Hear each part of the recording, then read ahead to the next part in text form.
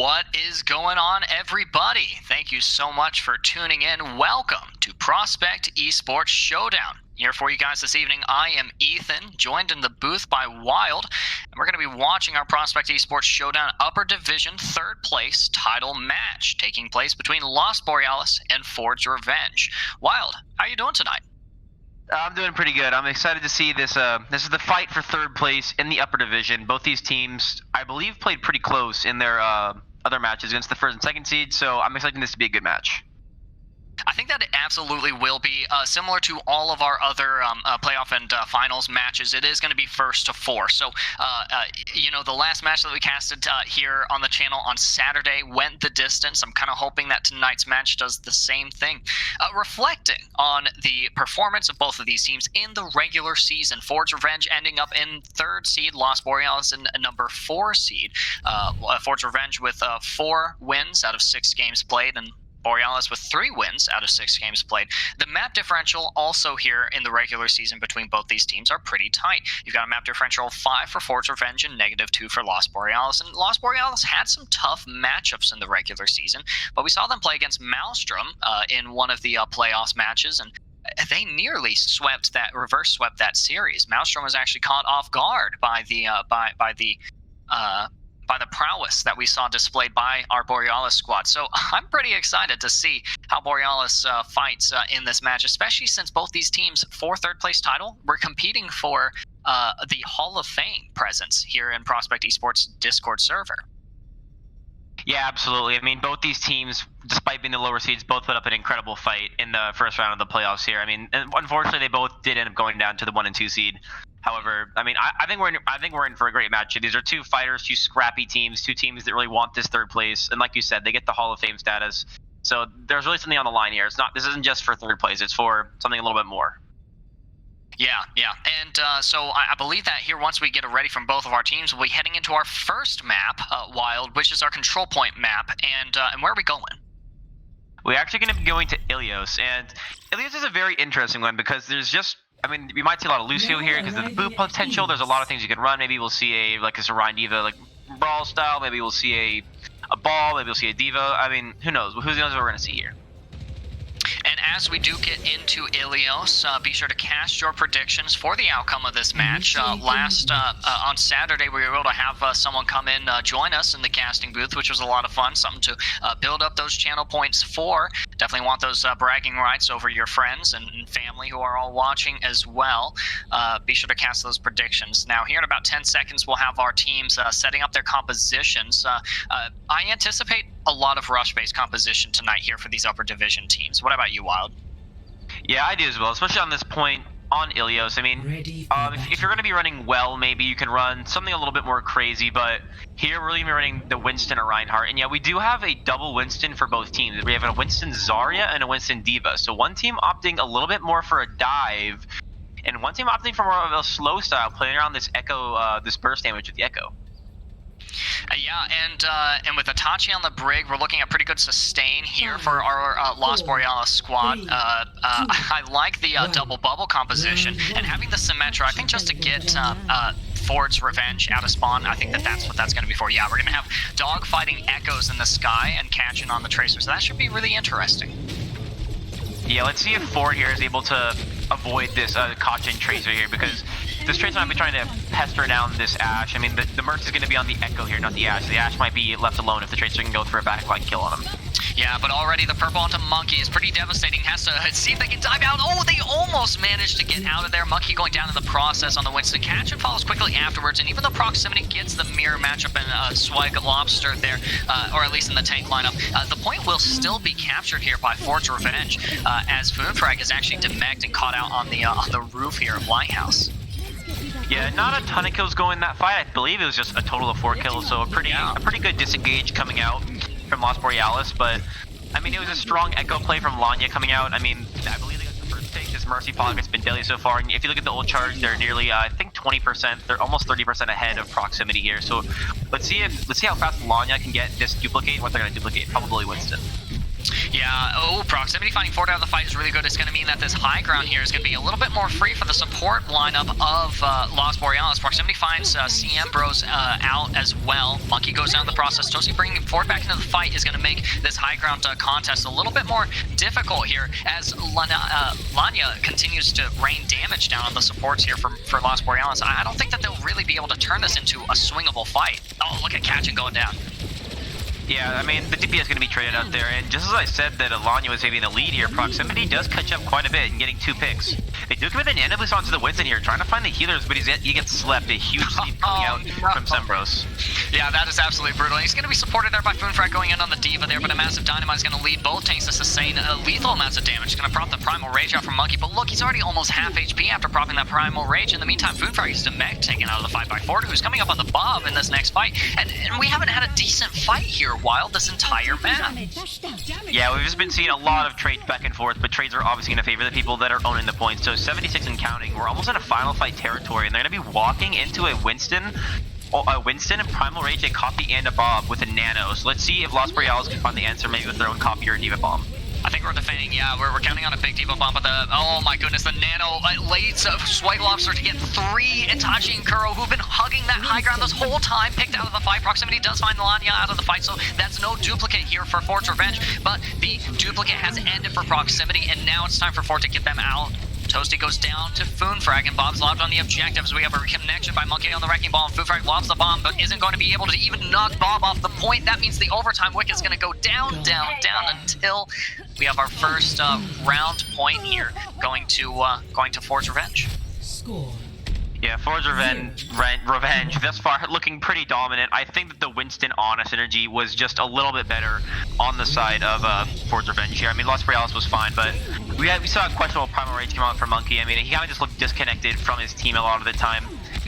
And yeah, I mean, it wasn't really a difference between the Zarya and the Diva that made a huge difference, because we saw the Zarya didn't even get grab, I think, until the final fight. So the Zarya really not being that much of a difference maker, really. It's just being the Winston and the DPS line for Ford's Revenge just popping off and going ahead and getting all those picks. I'm a little intrigued by Lost Borealis so far. Just, I mean, like I said, there wasn't really a decent fight that we got to see there, and Ruins plays out all these control point maps for Ilios too, so hopefully Monkey on the Wrecking Ball is going to make some difference. Proximity on the Sombra is an interesting pick for me, but I'm still a little uncertain, Wild. Yeah, so Lanya's gonna be on this Hanzo, putting a lot of burst damage into this ball, is kind of forcing him back. The Winston he does force out the Winston jump there, so Monkey's kind of providing some utility right now, but he's caught in the back. He's gonna go down right away. Oh yeah, I was watching that health bar trickle down there for Monkey, and now without the presence of the super tank that Wrecking Ball is, I think that point is gonna go really cleanly here to Ford's Revenge. Oh, look at the forces of Lost Borealis just backing up down the Mega on the left side here. Yeah, I mean, that's kind of what happens. If the Brig gets 1 shield bash, you're taking those burst damage from the Hanzo, the Brig, and the Ana, the ball just goes down right away. And really not going to be any ults come up here as well. I think there's only 1 death that entire fight, but I mean, they're gonna be looking for a hacking gauge here. Oh, but Proximity going down, that means that there's no hacks to be had, and we do have Monkey kind of playing around the outskirts of the objective, going in for a pile drop into Lanya, doesn't quite do enough damage there to secure an elimination. Kuro goes down in the process, and Catchin has found Ford out of the fight, but you know, it's really uneven right now. Lost Borealis is suffering for point presence and sustain. They can't even get through the choke, Wild. We have Monkey playing the Wrecking Ball here, just trying to kind of dance around, see if there's an opening for a pick. Lanya goes down to Foonfrag, but by now, Ford is reconnected to the objective, and Kuro is still on the Mega outside the spawn. Nano goes on to Swag Lobster, who dives in onto Foonfrag, now in the bubble, procs the particle barrier onto Self, and has to back out of there. Ooh, nice stun from Itachi onto Ford, and Catcher finds Hippie out with the high noon in the far back lines here for Ford's Revenge. Monkey wreaking havoc onto the sports, drawing the attention away from the main tank. Swag Lobster does, in the meantime, get Kuro out of the fight.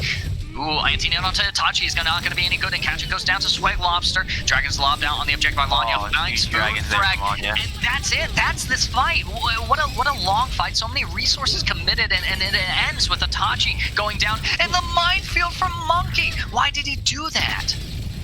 I just don't know. I mean, he had a questionable Primal Rage last round as well, but that was, I don't know what happened there for Lost Borealis. I mean, it was a good flank by Caution to catch out the backline, and I think that Swag Lobster just went a little bit too deep, but in the end, he ends up getting 2. He gets the Ana, and he knocks the Kree off the map, and since his team died first, they get back a little bit faster, which was the deciding factor in the fight. So good job by Swag Lobster to commit that Primal Rage at the right time. Yeah, now Monkey's going back in. We're going to have Rally Armor coming up onto the forces of Lost Borealis, as well as Forge Revenge. Graviton Surge traps 3 here for Lost Borealis, and a mean purple. Oh, look at that pulse bomb! 4 picks here for proximity, coming clutch on the Tracer, finally mirroring that pick, and it's going to result in the first capture of the objective this entire map. Yeah, great grab by Thunfrag, and a good patience by proximity to kind of wait it out. It was a good anti by Cure as well, but the pulse bomb really was the big play. Kind of finished 4 people there. But I mean, we look at it now. I mean, Lost Borealis is going to be coming out of Primal Rage and this Nano. If they nano the Monkey here for this engage, they can maybe blow up a Primal and just kind of carry that into another fight win. Well, we're counting on Monkey to dive the right targets as well. Goes onto Lanya here first and draws the ire of Swag Lobster here. In the meantime, Proximity is going to be able to get that melee finish onto Lanya, and the Nano does go onto Monkey. 85 and building to that ultimate is going to go onto Toasty, which is exactly what we wanted to see. Catching gets the final blow there, and CM Bros is already out as well. Monkey finding those that engagement and that last elimination there, I think is going to end this team fight. It's going to have a safe disengagement here while we wait for the response for Forge Revenge. Yeah, absolutely. I mean, you use the Nano Monkey engage, it's pretty good. I mean, you're really only going to have like maybe a sleep and the shield bash to stop him, and he's able to avoid that, and Monkey's able to get quite a bit of value. But now on the other side, we're going to have a Nano engage for Swag Lobster and Chembros, and both wins going to be coming up on Primal Wage here. So I want to see which Winston maybe has this better Primal tech. Yeah, and Monkey's gonna prop the Primal first, but gets trapped by the... Oh, look at the anti-nade onto that Graviton Surge, and the Dragon's Aloft as well. Secure 3 final blows there. Looks like Forge Revenge is gonna have a clean take of the objective, and the Primal Rage coming out from Swag Lobster is gonna get slept, but not before he gets catching off the ledge. And already, that's our first map here, going to Forge Revenge. Yeah, Forge Revenge definitely recognizing their win condition and realizing that they have to grab Dragon here, so they don't have to win any other fight. They only have to win 1 fight. They're at 99%. There's absolutely no pressure, so they take the loss on the previous fight. They let the Nano Winston come in, and then they come through with a big grab. And yeah, I mean, it's a good job by Forge Revenge here, just really playing patiently and playing to their own strengths. Yeah, and meanwhile for Lost Borealis, you know, this was the warm-up round. You know, perhaps this was just a time to kind of figure out what we were doing here. But like I said, just I'm a little bit surprised by how kind of unclean is the word that I would use we saw from there. But off of that, I do want to highlight Proximity's play of the game there, working around the potential Winston bubble that could have dropped onto the grab, protected the team from that pulse bomb, worked around the Zarya particle barrier that was projected onto Hippie's self, and found it ultimately onto Ford, I think, on the Tracer, and resulting in that 4K. And those are the kinds of plays that I want to see more of from Lost Borealis. But, I mean, we've got to set those up first, and we need our main tank presence for that. Yeah. Thank you so much for the donating 20 bits in the chat. Thank you for supporting the channel. The message Xvino likes men and boys. Oh, yep. No. Oh, no, Neil. Oh, no. Not even. I remember Xvino. Xvino's so much fun. Yep. All right. Well, our next map pick is going to be Volskaya here from Lost Borealis. And what do you think this map pick means for Lost Borealis? What do you think they're going to be running here? I mean, we've seen them run, if I'm remembering correctly, we've seen them run a kind of poke-based composition. We've seen them commit a little bit to this double bubble composition as well. So I'm anticipating Monkey more on the Winston, maybe on the Sigma, or maybe that would be Foonfrag instead. Volskaya Industries isn't a bad map either for more poke-based compositions over a more rush or a dive-based composition. You know, honestly, I would not want to, I don't really want to see a dive composition coming out from the Lost Borealis squad. I mean, just based on the way that played out there for Ilios, I think that was just, I think that is ultimately going to end up hurting them. Yeah, I completely agree.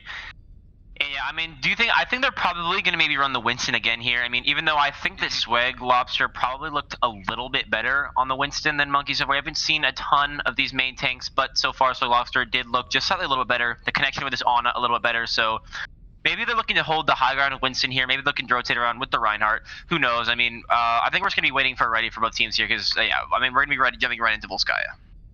And as we do head into our next match, I do want to encourage you guys to pay especially close attention to CMB on the support here for Forge Revenge, onto Lanya and onto Sweg Lobster. Sweg Lobster calling the engagements or setting up those plays there. Hippie has had some really good particle barriers, some a good graviton surge as well, of course, with the Grav Dragons. But all of that is off of these engagements that are being committed here by Sweg Lobster and sustained by CMB and Toasty. Lanya coming in with the damage. So those are ones to watch out for here for Forge Revenge. Meanwhile, on the side of Lost Borealis, once again, we're looking for some really good cleanup from Monkey. We're looking for more sustain from Kuro and Itachi, and Proximity.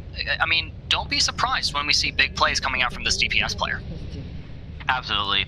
I think the DPS matchup was going to be hold. I think Lanya was probably the most dominant, but as we saw, there was a huge pulse line, I believe, like Proximity. And I mean, to be fair, all 4 DPS had their moments, but the thing I really want to see here is just better communication coming out from Lost Borealis, because, like you said, like there was just a good amount of time where they were just staggering in. They really just didn't have a game plan. They were trading out picks, and they just were not regrouping. They were committing ultimates. And if you're defense, you love to commit ultimates when you're holding the point, and you're loving to trade ultimates. So I really want to see maybe a little bit cleaner disengages coming out from Lost Borealis, maybe a little better communication between the tanks and supports. But yeah, I expect this to have to at least be a little bit closer than we had on Ilios. I think so. Now that Lost Borealis has gotten an idea really of how Forge Revenge plays, I think that they're going to be sitting here at an advantage, not only for the map pick, but also being on this attack round. You want a really good attack round. It's going to boost morale, boost communication, and we know that we need more of that here for this attack. But look at this defensive composition that we're running here for Lost Borealis. Wild, what do you make of this? Lost Borealis is actually on the offense here. There was a switch of sides because... That's right. Yeah, Forge Revenge was able to choose sides, they chose defense. But yeah, we're going to be going a Winston versus a Reinhardt here. The Winston's going to be able to control this little middle high ground just a little better, but the Reinhardt better at rotation. So let's see if this Reinhardt's able to provide value while this Winston just chips into his shield.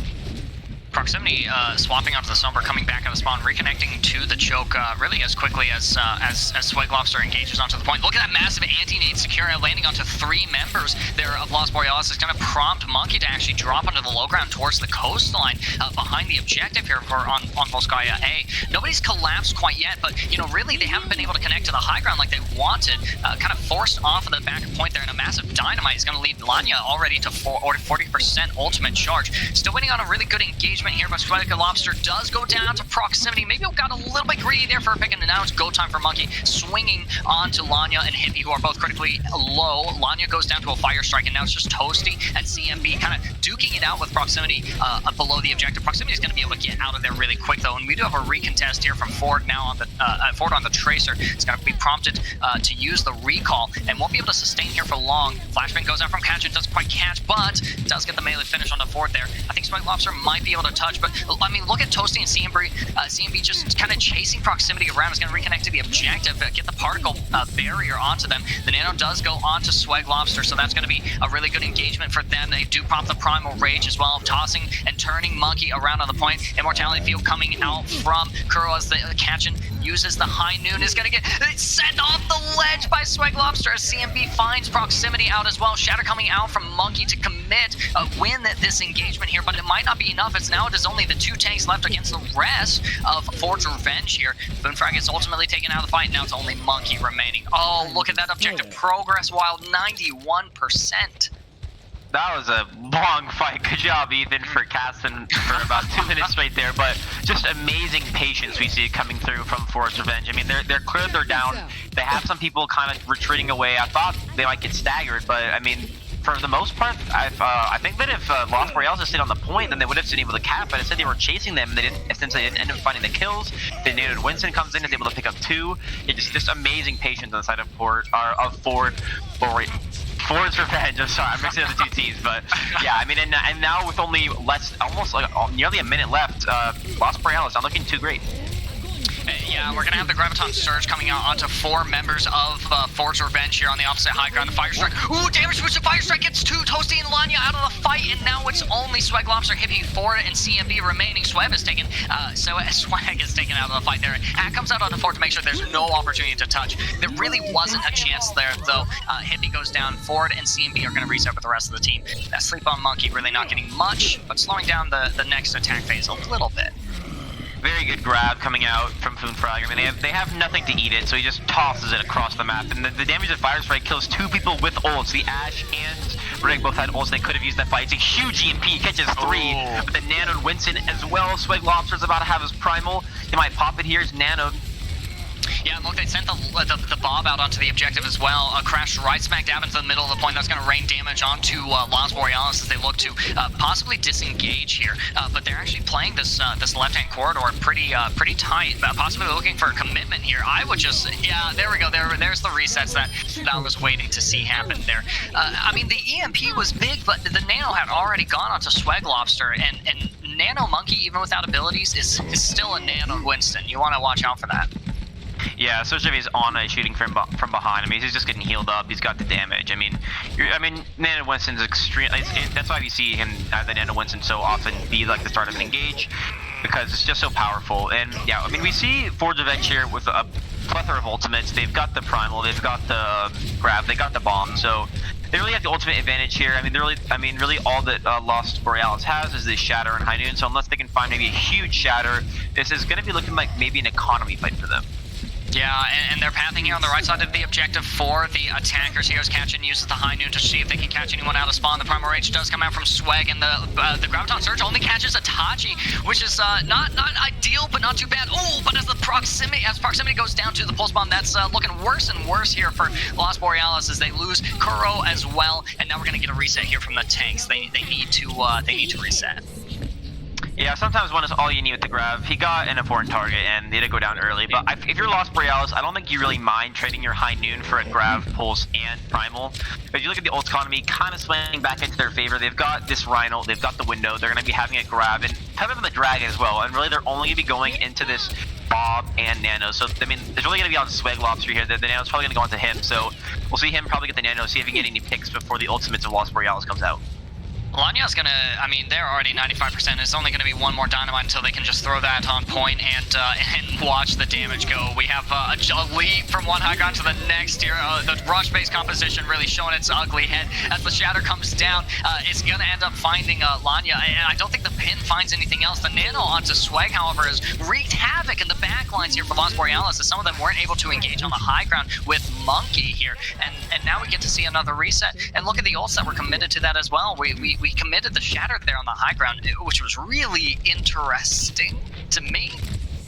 Yeah, I agree, and that was just a perfect engage from Forge Revenge. They realize they're an ultimate disadvantage, and if you use your win con. Yeah, Nano the Monkey play aggressive. They get a good anti, and Forge Revenge play that absolutely perfect. So hats off to them. But I mean, they still have the grab, they still have the dragon here, so it's really going to be up to. It's really going to be up to Foonfrag here to hit a big grab. Yeah, I really wanted to talk about that anti-nade as well. I'm glad that you mentioned it, just because it was really big there. I think it was 2 or 3 members there. And now we see the Bob connect to the choke here. And Proximity and Foonfrag already going down. There's the Primal Rage. Swag disconnects the supports from the rest of the team here for Lost Borealis. And I mean, that is brutal here for this for our attacking team, because that's going to send them back to spawn. It's going to put them in another reset phase. But wow, there's only 10 seconds on the clock. Yeah, it's going to be really difficult. I think Monkey will be able to touch here. And they do have the Grab Dragon, which is such a big ultimate combo. It's up to this ball to touch the point. Hopefully no one CCs him. Oh, he might just make it. He does make it around. The Grab Dragon does get one as well. Okay, gets forward there, and Swag is actually 1 HP. Finally picked out the fight there. Proximity using the storm arrows there. Finding 2, actually. Swag and Toasty out of the fight. Those are critical targets, especially since Toasty wanted that transcendence there for this last fight. CMB Bros goes down as well. 94% of that nano boost. We do have a reconnection of the objective by Ford. Throws the pulse bomb. Doesn't quite get anything out of it. Bile drop coming in from Swag is going to do a little bit of damage, but But Itachi and Kuro are keeping the team sustained here. Spinning to winning here isn't enough for Swag Lobster going down in the fight, and the beat comes out to keep the team sustained. The point just in time for a Graviton Surge to come out from Hippie, but no one from Fort's Revenge was able to touch. I mean, how many games have we played where things look so dreary the entire attack phase for second point, and then we capture in overtime? Quite a lot, and I'm gonna be honest, I've casted Volskaya maybe 5 times this season, and I don't think I've ever gotten past the first point, to be honest. So this is more than I've ever seen to the map thus far this season. So I mean, it's I didn't even know this map had a second point. yeah, Las Borealis got trapped in just something that happens all the time. It's where the other team just plays more aggressive. They're forcing out your abilities, and you're trying to wait for a full engage. Use your ultimates, because you have the ultimate advantage, but they're catching you by surprise. They're playing overly aggressive, and it sometimes works. So good job by Fort's Revenge, kind of has to play their win cons almost perfectly there. And yeah, I mean, it's a classic trap that Las Borealis fell into, just kind of holding on to your ultimates for too long because the other team keeps getting like first pick. So it's really about playing more as a team and having more calculated engages. So that's something to look out for in the future. Well, and I mean, this is brilliant, everything that you said here, because this is all the issues that they struggled with on their map on Ilios, and we've seen minor corrections to that, but just not enough to really swing this map into their favor there for that attack round. Consider that if Fort's Revenge captures both objectives with more than a minute remaining, there will be no opportunity for victory in this map here for Las Borealis. Attackers incoming. Yeah, really not looking too good here. I mean, actually, it's not looking too bad, to be honest. It's really looking okay. Okay is the best word to say for Borealis, because we could really just see a Fort's Revenge come out here with an extremely dominant Winston comp. Because, I mean, Swag Lobsters agree on the Winston so far, so we're going to have to see how this high ground is going to be controlled by Las Borealis to see if they can control. Oh, it's Ash. Already going, no. Oh, no, proximity! That's so much damage that's going to be out of the lineup here for Las Borealis, and the connection onto the high ground here from Swag is the stun from Itachi doesn't land because the particle barrier onto Swag. It does end up going down, but look at how much objective progress Las Borealis is yielding here to Fort's Revenge. Nearly 2 ticks captured, and they're still kind of stonewalled here on the right side for the defenders. It's only Kuro, Itachi, and Foonfrag here on this high ground, and they're going to have to avoid the damage coming in from Lanya. Fort goes down as well to proximity, which is really good, but man, 93%. Okay, proximity's coming clutch in here with the picks. We have a reconnection in the high ground by Swag, is tethered there to Itachi, managed to get them off the high ground. Oh, you saw it, Wild. 99.1%. If he goes down, which is not going to be really good, Swag is not going to be able to win that duel against Foonfrag, especially when Foonfrag is being pumped full healing by Kuro and Itachi, who have miraculously stayed alive that push. Yeah, it's very, very close to a tsunami. That all started with the team rotation. I mean, the rotation of Las Borealis on this high ground here. Proximity a little bit slow in that rotation. Swag does catch him out, but again, they did exactly what Fort did. With they had really good patience there. They were able to just wait for the reinforcements, and Proximity actually came back and I think got 3 or 4 kills. So good job by their team just to kind of hang on that high ground, not be too aggressive, not try to force a fight with their one down. And then once their teammates come back, they were able to complete the objective. However, they do have 99%. Yeah, and Katchin does find Lanya. Had already used the pulse bomb, attempted to throw it into the backlines there for Fort's Revenge. Didn't quite find anything, but proximity out of the fight isn't going to mean much here for Las Borealis. They have the bob on the objective. Monkey is strong here after the nano boost from Kuro, already 23% to another support ultimate there. Promo Rage does come out from Swag onto Ford, and Swag might have been enough to start swinging this fight here, or making sure that Las Borealis doesn't lose control of this objective, and I think that that's exactly what they needed. They are going to stabilize here. Yeah, they do stabilize. However, there's a good chance this Ana will not be here for the next fight. It's a very long walk from defender spawn, so if Fort's Revenge can take advantage of this Ana's long stroll back to the point, maybe they're able to get a 5-on-6, and maybe they might actually be going for it now, trying to catch her off of the re-engage. Yeah, I think so, and I think that Monkey was right onto them there, popping the Primal Rage to make sure that they don't die, but look at how much damage Monkey is sustaining here in the backlines. We do have Lanya connecting to Itachi there, and Foonfrag is going to draw their attention on the Zarya as well, bait out some of those bubbles. In the meantime, Monkey has gone down, and we're seeing the rally coming out from Itachi, as well as the Graviton Surge here from Foonfrag in response, trying to eat through some of that damage, some of that armor health that Fort's Revenge now has. Particle Barrier onto Foonfrag is going to mitigate some of that sticky bomb damage there. Swag goes down, Lanya goes down, Kuro is out of the fight yet again. No healers here for Lost Borealis, and the Graviton Surge comes out onto Monkey and Catchin out of the fight, and the Pulse Bomb committed to Monkey is going to secure this objective here for Ford's Revenge. The two-man team of Hippie and Ford just got all 6 people, except for the very end where Sunbros was able to kill one. But yeah, I mean, it wasn't looking too good for them, but then Ford just pops off, gets 2 in the backline, a big grab comes out for Hippie, I think it's 2. And with the cleanup, those 2 just together, and they're looking at not a great time bank, only 3:20 left, but if they get more than a minute left, then it leaves Lost Borealis without an attack. So if Ford really wants to push this advantage, they can try to get a time bank with over a minute. I mean, look, we only need the nano onto a monkey. We need a duplicate monkey, which is exactly what we're going to be getting. We have Swag purple, but still nano going into the backlines proximity. It does find Ford out of the fight, so you know all that damage that they were able to do for first objective, they're not going to be able to do here for second. In the meantime, Lanya is actually suffering here in the duplicate form. Finally pops the Primal Rage, but doesn't do it in time to get out of that for that duplicate form to expire. In the meantime, it looks like Monkey has gone in and disrupted the backlines here. Toasty and CMB Bros caught out in the choke, not able to connect to the rest of the team. In the meantime, proximity finds 2, and that is the end of that fight. But look, 44% of the objective yielded to Ford's Revenge here. Yeah, not too bad for Ford's Revenge. I mean, they do pick up a tick, only using the nano boost and the duplicate tear. I mean, I actually saw Lanya, I think, miss 3 consecutive jumps on Winston onto the high ground, which was a sight to behold. But because I believe they missed 3 jumps in a row, but yeah, Ford's Revenge really going to be having to walk into this pulse bomb. I'm almost 5 ults here. If you look at Lost Borealis, they're looking good with their ultimate economy, trying to bolster, trying to lessen this time take as much as they can. Probably going to be starting the fight off here with a nano or the Bob. You want to be careful about how many ults you're committing as you are on the defense here. We're going to have the rally coming out from Toasty here relatively soon. That's going to be really good for damage mitigation.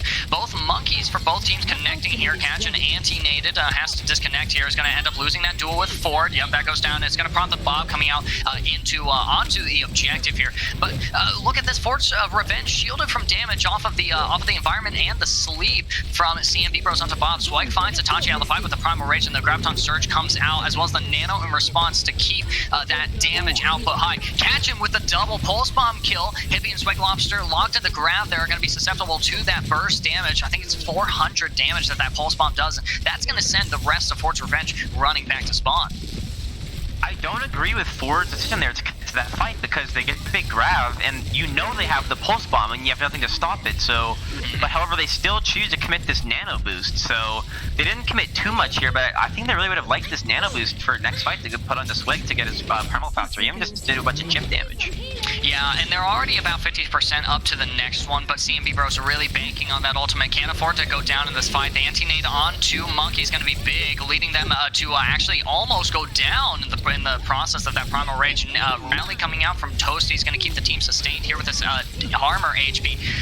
Fellow rally coming out from Itachi as well is going to make sure that that Swag can't really dive onto supports who are susceptible to that damage. Monkey goes down. Proximity out of the fight. That's so much damage out for both of these teams, and no ultimates to speak of here for Lost Borealis. They're sent on the ropes. Moonfrag being running back to spawn. Itachi and Kuro locked off the objective by the Graviton Surge, as well as the Pulse Bomb, the double Pulse Bomb kill coming out from Ford, and the triple kill onto Catch in there. And I think that the point is free here, 13 seconds, and we have a reconnection to the objective from Monkey. Pops the adaptive shields, but the High Noon is coming out from Lanya in the choke. Is going to be able to poke through some of that HP here that both of the tanks here for Lost Borealis have. Moonfrag is Meg, despite the presence of the Immortality Field, just cast a little bit too late there from Kuro Itachi on the Lucio now to speed the team back to spawn. But Lost Borealis is looking a little worse for wear here on this objective. Power Drop does find Hippie out of the fight, so huge pick here from Monkey. That's the point presence already hurting a little bit. Catcher finding Lanya is also really, really big. That's a lot of damage out for Ford's Revenge. Primal Range coming out from Swag Lobsterbrook. Swag is super low, and with no supports to speak of here for Ford's Revenge, it looks like Lost Borealis will be able to barely hold that second point.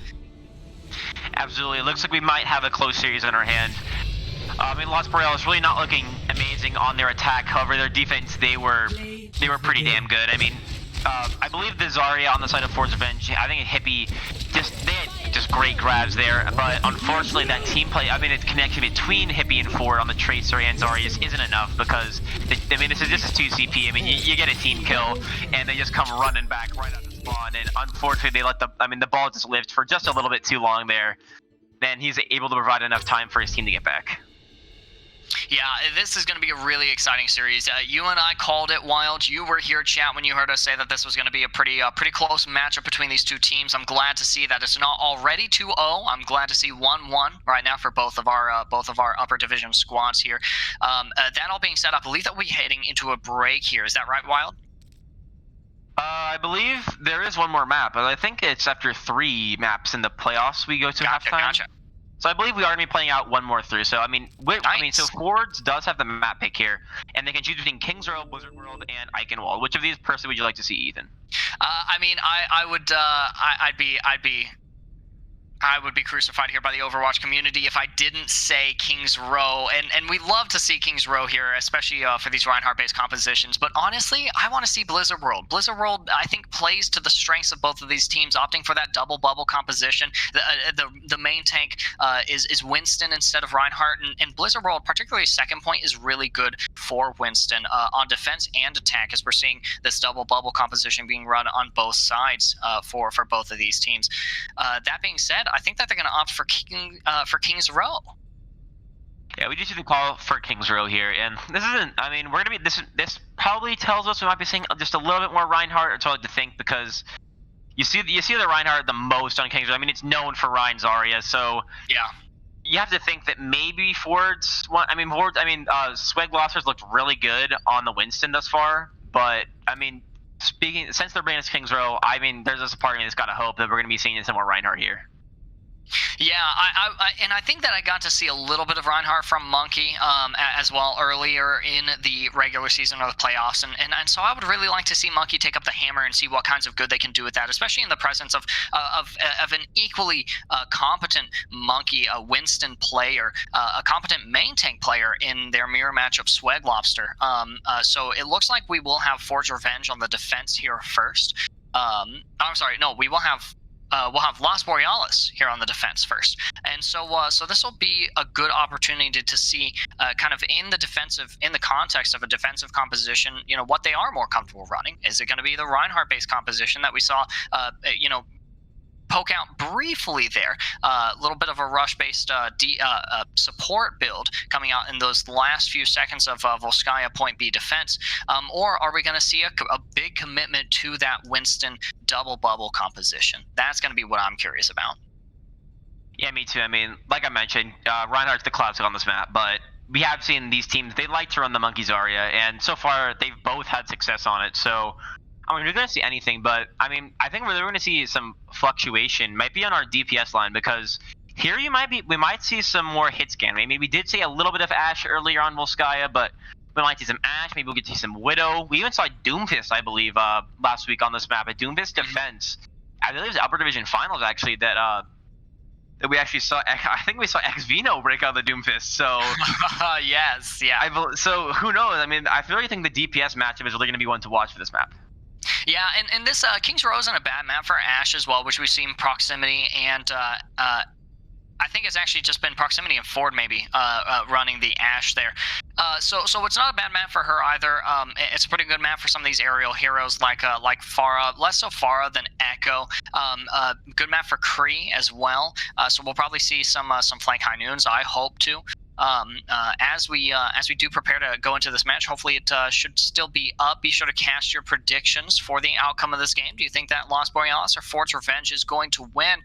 Honestly, I think that Forge Revenge here with the advantage of the map pick. I think that they're looking pretty good for this, and I think that we'll see a little bit of flexibility displayed here by their team as well. Toasty and CMB Bros in particular have looked pretty good on these different supports. I think that we saw Toasty on the Mercy, on the Brigida, CMB on the Ana has landed some really good anti-nades, is building Nano like crazy. So those are going to be two players to watch out for going into this next match. It's we are very much in a tank meta right now, and so you want to pick your supports based on what the rest of your team is playing. But that doesn't mean that these supports don't have some really great individual moments here as they look to support their team.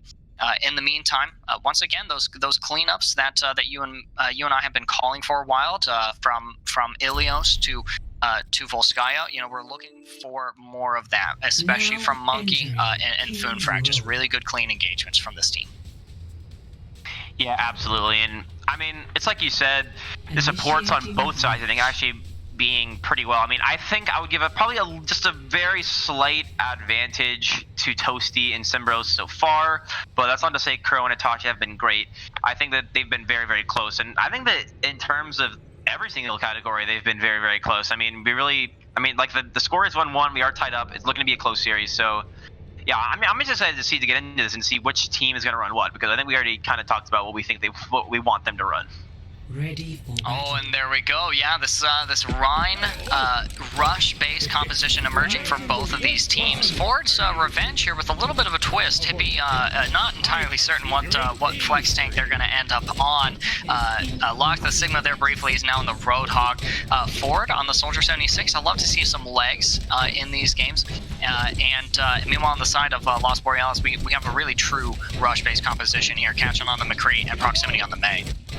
Yeah, I mean, for Ford's Revenge, this is just like this comp is just clean. I mean, actually, I believe we had another switch, by the way. I forgot to mention that. We had another switch of sides. So Lost Borealis is on defense right now, in case you didn't know. So they have the one that's like kind of the more conventional comp.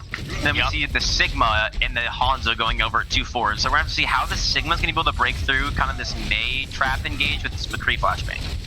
I like Sigma's bunker blasting capabilities. He's a really good hero for that. And as the Ice Wall comes up from Ford, it's going to lead to an elimination from Foonfrag. Immortality Field just not quite doing enough there from Kuro. Barrier's already gone here for Monkey, and it looks like Lost Borealis is kind of on the ropes here as they rotate through Hotel and move to the attack side. But in the process, 40% of objective progress has been gained here for Ford's Revenge. Catch and finds Toasty out of the fight, but the sustain is already decent enough here for Ford's Revenge. I think they'll be able to clean up this fight pretty effortlessly.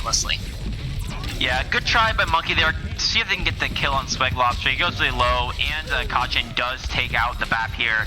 And we see Swag Lobster is oh so low, but it really shouldn't matter. This is just this Lucio, and yeah, it's going to be a really, really fast take, actually, for Fords. And, I mean, if you look at their ultimates, they almost have a Flux already. Look at the Flux ultimate charts compared to Foonfrag. Foonfrag is only at 35%, while Hippie is nearly at his Flux. So this Flux could be the deciding factor in the next point if they can bait out this Immortality Field. Well, and so far, I've seen better Maywalls coming out from Ford as well as than from Proximity, and we're seeing manifest of that 50% to ultimate charge over 40% from Proximity, so it's a little bit more narrow there, but as we have a rotation here from Lost Borealis, the Maywall is going to come up and separate them from that high ground there. Gravitic Flux being committed here by Hippie as the Shatter comes out from Monkey, is going to land onto CM Bros, who goes into the mid lines here for Lost Borealis, but look at that Shatter, 5 on their backs after the elimination of Monkey from this fight, and it doesn't quite result in any quick eliminations there, but it does catch Foonfrag out by the Dragons, ends up killing themselves trying to get that alt fire off, and now it's just Kuro and in Proximity and Itachi in the choke. Managed to seal off Lanya from the rest of the team here. Monkey finding them out of the fight with a fire strike, and it looks like we might be able to have a little bit of a restabilization here on the side of Lost Borealis. They force Ford's Revenge around that corner, now have card control, so that's a pretty good place to be playing here. Ice Block coming out from Proximity means that sustain is going to hurt just a little bit here for our main player for Lost Borealis, but it looks like we're going to have a back off from both sides before to get some respite before re-engaging. Oh, and it's a quick engagement as well as they begin to round the corner. Forge Revenge is looking for that wall coming up as well as the Blizzard. Oh, but Hippie ate the Blizzard here coming up from Lost Borealis, and Monkey is frozen. Prompts the particle barrier off from Foonfrag. Beat coming out on the side of Lost Borealis. Itachi keeping the team sustained, as well as the Graviton Surge from Foonfrag catches 5 out of the fight, but they aren't eliminated. Seeing Bros was able to get that beat off, and Toasty procs to the Immortality Field as well as the Amplification Matrix a little bit ago. So both support ults committed as Monkey goes for the Shatter, finds Ford on their back. Hippie is out of the fight, and the counterpin from Swag does lead Monkey to get killed. And the wall, however, over here from Lost Borealis separates Swag Lobster from the rest of the choke. Is going to result in their death as well. And I think that, we finally have a stabilization here for Lost Borealis. Oh, but look at Lanya! Look at Lanya on the cart! Oh, close. Can you hear me? Can you hear me there, Ethan? I think I might have disconnected just for 1 second. Oh no, yeah, you're coming in loud and clear. All right, it's all good. And if you're Ford's Revenge, I really don't think you mind that, because you look at, I mean, Lost Borealis used every single ultimate they had. They used the Blizzard, but they are up to close to. They use the Blizzard and Time-Barrier. They're close to another one, but they're not close to this High Noon, Shatter, or Grav. And look at the ultimates on the side of Fords Revenge, they have 4 here. So if you're Fords, I don't really mind taking that fight. It was a little bit too long, but we're going to see how much value this Flux can get. Yeah, it's going to proc the Immortality Field to be certain from Las Borealis. Kuro goes down to a Fire Strike after its elimination. Proximity finally gets that Blizzard off. It's not eaten this time by Hippie, and Swig Lobster is going to go down after the Immortality Field is cast on the side of Ford's Revenge. Now it's only Hippie remaining here as Ford goes down to Kachin. Lania's on the objective once again, looking for those snipes. Ends up getting stunned by Kachin and taken out, and that's going to be another fight you win here for Las Borealis. Toasty in the chat, I hate you, Kree. Kachin obviously catching out those the stuns there, I think, slowing Ford's Revenge down. Ford did hold on to the Blizzard there, because when I saw Blizzard come out, I thought it was Ford. It would have been perfect positioning to catch everyone still alive by Las Borealis, but it actually was Proximity's. Great job by Proximity to punish the over-aggression of Fords here. I mean, and now they've only got a minute 50 left. They do have the ultimate advantage, but if they lose this fight, they're going to be in some real trouble.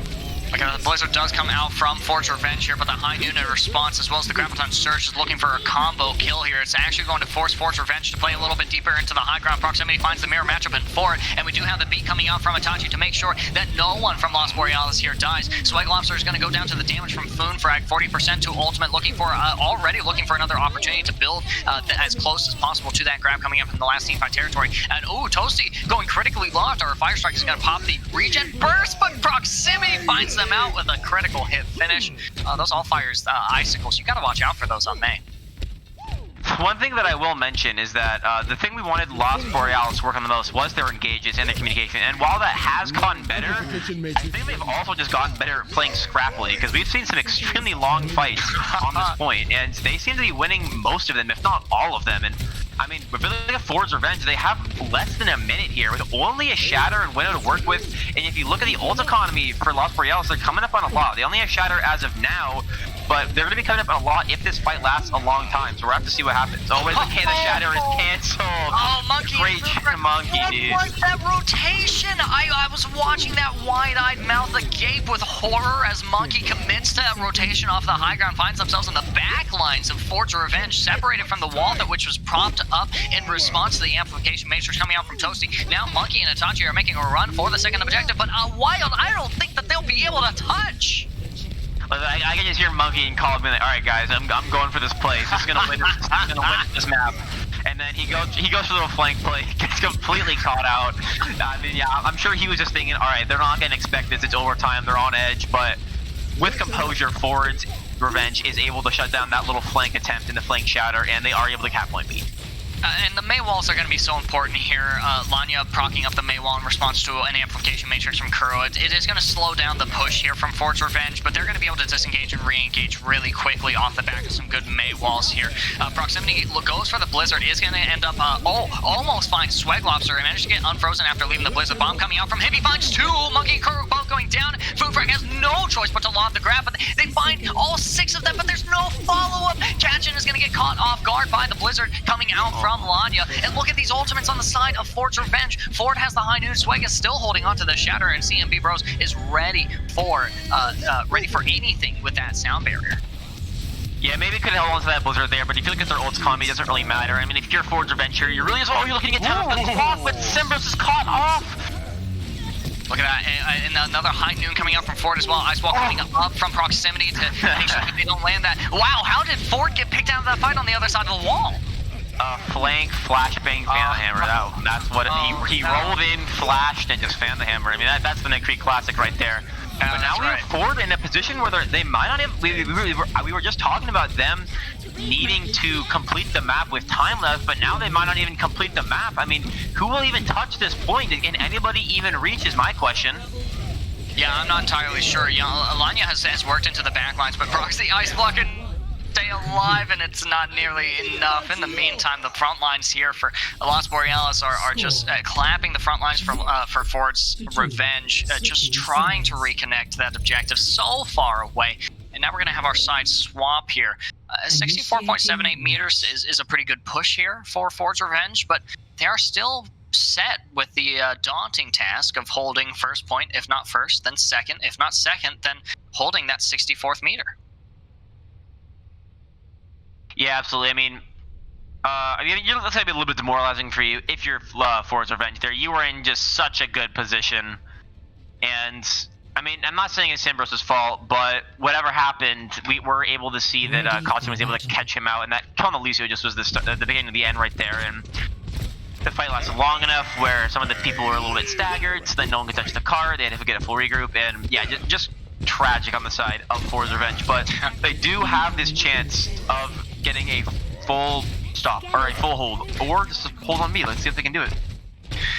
Yeah, and they're going to use this Rhine Sigma composition, which I think worked relatively well for them on the attack to do it. I don't know if match stat is available, but we had Proximity in the chat saying, I didn't realize we had Bumper on our team, referring to the big, quote-unquote, big play that Monkey was trying to set up in the backlines of Forza Revenge, which ended up resulting in the yield of the second objective there for Lost Borealis. A little unlucky, but like you said, I think that we could see some really good stuff here from Forza Revenge.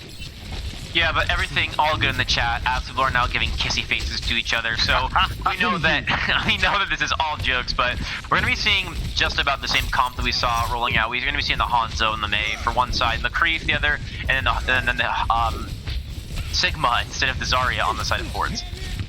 Oh my goodness, Monkey wasn't able to make that jump even with Lucio speed boost, and without the shield catcher and proximity both go down, and now it's just fishing up arrow here as the immortality field comes out from Curl. Well, it really wasn't necessary there, just die and reset, maybe die and reset. Foodfrag finds Hippie out of the fight, but quickly goes down, so that's a quick team fight out of the bank here for Lost Borealis.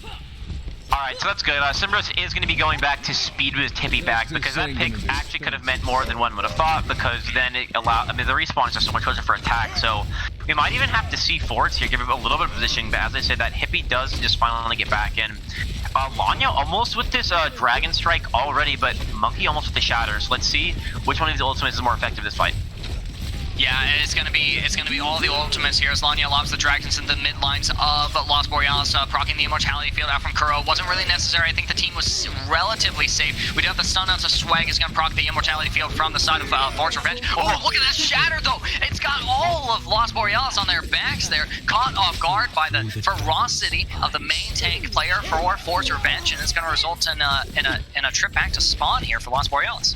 5 men on their backs. If you know, then you know. But we do have just a pretty dominant shatter there coming out from Slug Lobster. Monkey did hold on to his though. He got caught out a little bit early, but let's see if he's going to go to find as much success with his shatter as Slug Lobster did, as well as they have this window fire strike combo.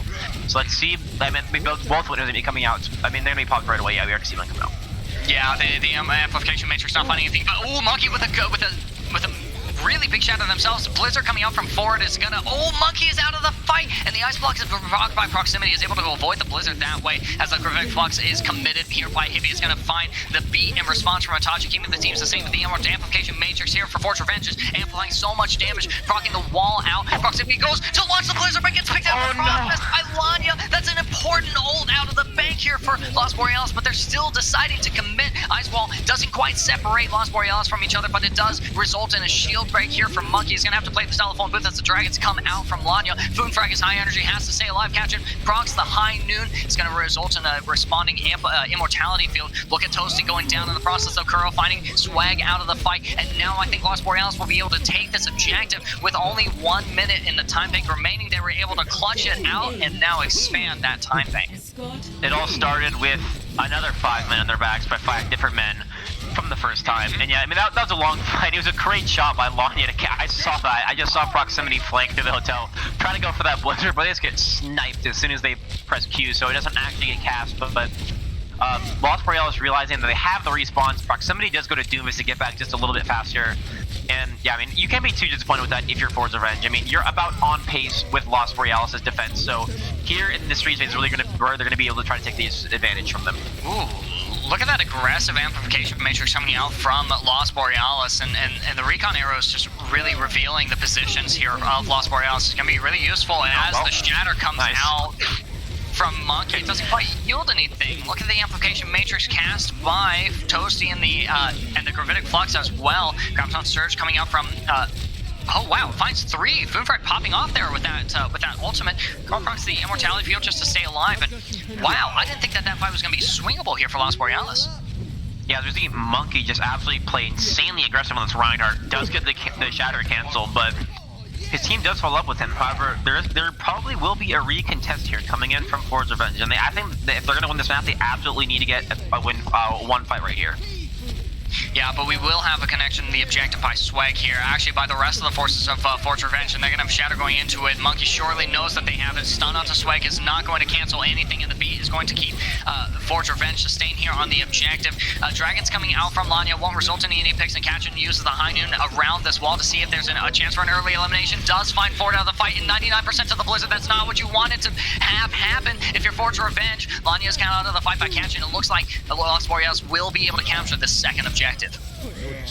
Yeah, it doesn't look great here, to be honest. I mean, if they really choose to, if Lost Borealis really chooses to, they can just save up for a Grav Meteor Strike, and I mean, really, the side of Force Revenge won't have anything for it, but yeah, things not looking great for Force, so they needed to win that team fight. Swag dies with the Shadow because the Zara was playing very aggressive into him, and he ends up playing that very early, but he gets stunned here to stay alive by the Immortality Field. He needs to hit a big Shadow here to save his team. Oh, proximity going down off the back of a stun. Oh, look at Monkey with an amplified fire strike there onto Sumbros and Toasty, and the road is clear, the path is paved here for the payload to reach that final objective. Swag is deleted before even the opportunity to use the Shatter comes out, and the High Noon from Katrin is going to make sure that anyone coming out of spawn goes into lethal damage off of the back of the zoning ult from Katrin. Lost Borealis will capture that third objective, that 65th meter rather, and they will be leading this series now 2-0, or 2-1.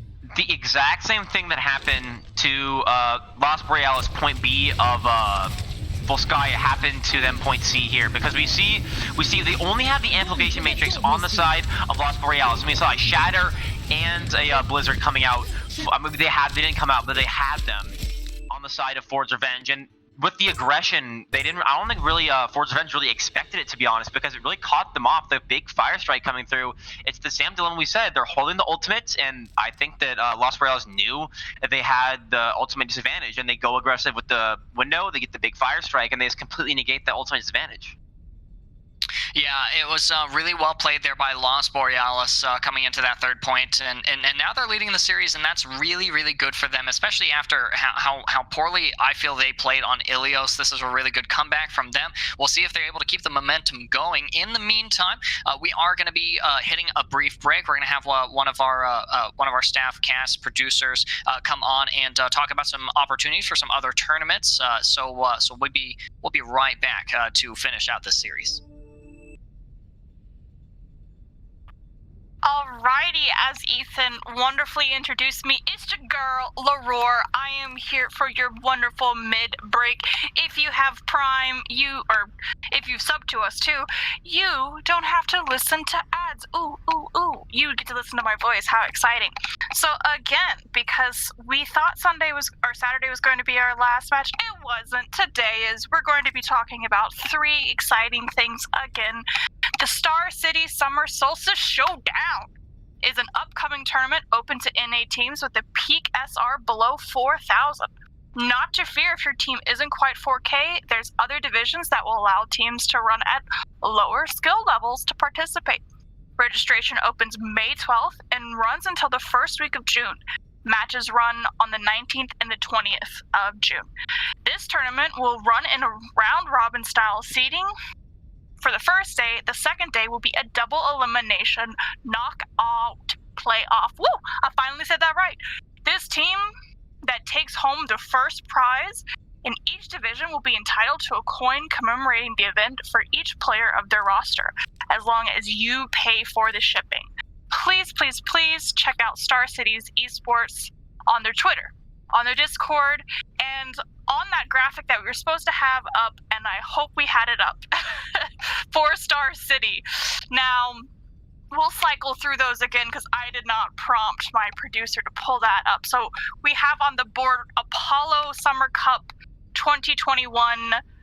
This is a repeat of our seasonal cup. This is a double elimination style tournament geared towards beginners for the world of Overwatch tournaments. No pre-made teams will be allowed. Instead, each contestant will be drafted to a team to ensure even SR averages. The live drafting and all of the matches will be casted on our Twitch. There's 2 tiers for this, 3,200 and below, 3,200 and above. It makes it easy to remember where you'll end up. Prizes for the top 3 finishing teams in both brackets and the MVP of the season get the prizes, which are adorable little chibis, stickers, and some vinyls. To sign up as a free agent in the draft, you can come to our Discord where we will have that sign up link. We still need players and coaches who will be in charge of the drafting to sign up. So you see that graphic, you know where to follow us on our Twitter, you know where to find us in our Discord. Signups are due by the 28th of May because that drafting will be on the 29th. Finally, we have Squid Squad, who is running the Calamari Cup. We don't have a graphic for them. However, I do have a little blurb that I can read for them. So the Squid Squad is a friendly, welcoming org with a huge amount of community outreach. Their server is home to several teams for multiple games. I believe they have League, Overwatch, Valorant, Rocket League. We organize weekly pugs, throw anime/movie watch parties, host game nights, and much more. Regardless of why you join, there's certainly something for everyone, and we are always open to making new friends. That is Squid Squad, and they will be hosting the Calamari Cup. How adorable is that name? Starting in, I believe it's June, I believe it's July.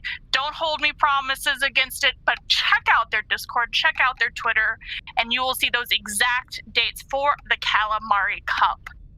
Finally, you know, SNL had Elon Musk, the champion, the Doge maker himself. You know it here at wow, that's the entirely wrong cast. Here at Prospect Esports, we believe in Doge. Yes, we do. We believe holding to the moon is the way to go. So remember, invest early, invest smartly, and remember, hold to the moon.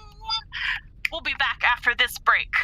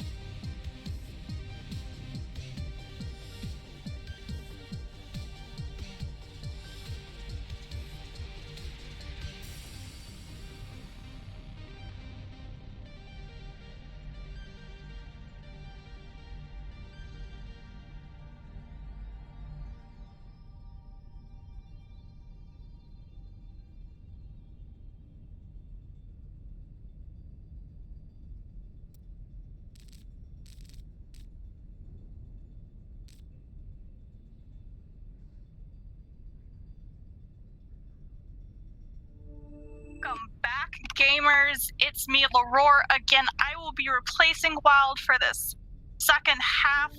We love you, Wild. It's nothing personal. We are with Los Borealis versus Ford Revenge for the upper division final match for Prospect eSports Season 3. Ethan, give me a little update on how the team went for the first round. Well, so, you know, honestly, it was a rough start tonight here for Los Borealis. I had massive and many contentions with the way that they played our first map, Ilios. However, Wild and I, they must have been watching or listening to the stream or had a spy in the casting booth, because Wild and I talked about some things that they needed to clean up, that we wanted to see improvement-wise from them, and they did exactly that, coming in clutch and evening up the series 1-1 on Volskaya Industries. After that, we went to our hybrid map, Kings Row, and where they give us a really good display of a rush-based composition, which we have yet to see them run in this series, and it actually countered Ford's Revenge rush composition really nicely as well. At one point, Proximity flexing off of the May and onto the Doomfist to get just maximum value out of their DPS picks. So, going into this next match, Ford's Revenge has the advantage of the map pick, which will be going to Dorado, one of our escort maps, and escort map is a little bit more straightforward of an endeavor than the hybrid, the assault, or the control point game modes. And to that extent, I think that they have a good shot at evening the series, going 2-2 instead of giving Los Borealis the 3-1 lead that they want in this last match in this upper division. However, the first, as I say in many of my comp games, the first point full hold on any escort map is not a complicated endeavor. So, Forge Revenge is going to be looking to attack as well as they can, capture as much progress as they can, and Los Borealis is saying we want to hold them for as long as possible on that third point and make this map as fast as possible. For sure. Now, I don't know if it's still a strong strategy to hold with a May right in that first little room. When I was still playing in team before I had to quit due to my job, that was the strategy. That was only a month ago, but you know how Overwatch is. It changes super fast. We are getting a sub in for Los Borealis. One of their players is having a little bit of difficulties, but hopefully we'll get their player in fairly soon. Ford spamming, we're ready, let's go. Because I think a 5v6 would be a little fun. I don't know. It would definitely make for for a little bit interesting storyline as some of these team fights play out, and there have been a lot of wacky team fights between these two teams. Wild said it was kind of interesting how Forge Revenge and Los Borealis are both able to turn a really scuffed engagement into a one team fight. So as Kuro reconnects and we are able to launch into our next match here in a moment, be sure to cast your predictions for the victor of this next map that we'll be playing, our fourth game, and either Los Borealis' third point in this series or Forge Revenge evening of this series. So here in about 30 seconds, we'll be able to get some insight into what compositions these teams are opting for. But I anticipate more double bubble composition from both of these teams. Now, if we're going any by the lobbies bugging out picks, it definitely did look like a double bubble kind of situation. High Pivot in the chat is saying spam this rear end, the peach emoji to help Ford get revenge, peach emoji. Sorry, I think that's kind of funny. I kind of want to know the backstory of why we need to spam the rear end, but Ford, get your revenge on.